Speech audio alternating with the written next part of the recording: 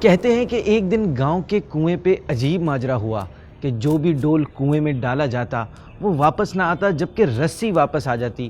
سارے لوگ خوف زدہ ہو گئے کہ اندر ضرور کوئی جن وغیرہ ہے جو یہ حرکت کرتا ہے۔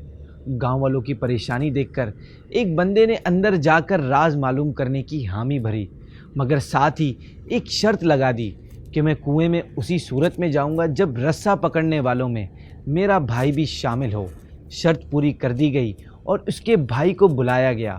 سب نے مل کر رسہ پکڑا اور ایک ڈول میں بٹھا کر اس بندے کو کنویں میں اتار دیا گیا۔ اس بندے نے اندر جا کر دیکھا کہ کنویں میں ایک بندر بیٹھا ہوا ہے جو ڈول سے فوراً رسی کھول دیتا ہے۔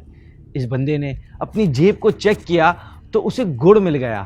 اس نے وہ گڑ اس بندر کو دے دیا، یوں بندر اس سے مانوس ہو گیا۔ پھر اس بندے نے بندر کو کندھے پر بٹھا کر زور زور سے رسہ ہلایا۔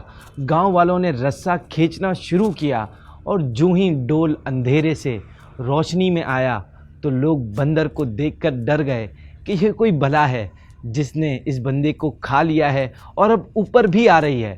وہ سب رسہ چھوڑ کر بھاگ گئے، مگر اس بندے کا بھائی رسے کو مضبوطی سے پکڑ کر اوپر کھینچنے کی کوشش کرتا رہا اور اسے کنارے تک لانے میں کامیاب ہو گیا۔ کنویں سے نکل کر اس نے بندر کو نیچے اتارا اور لوگوں کو اس بندر کی کارستانی بتائی۔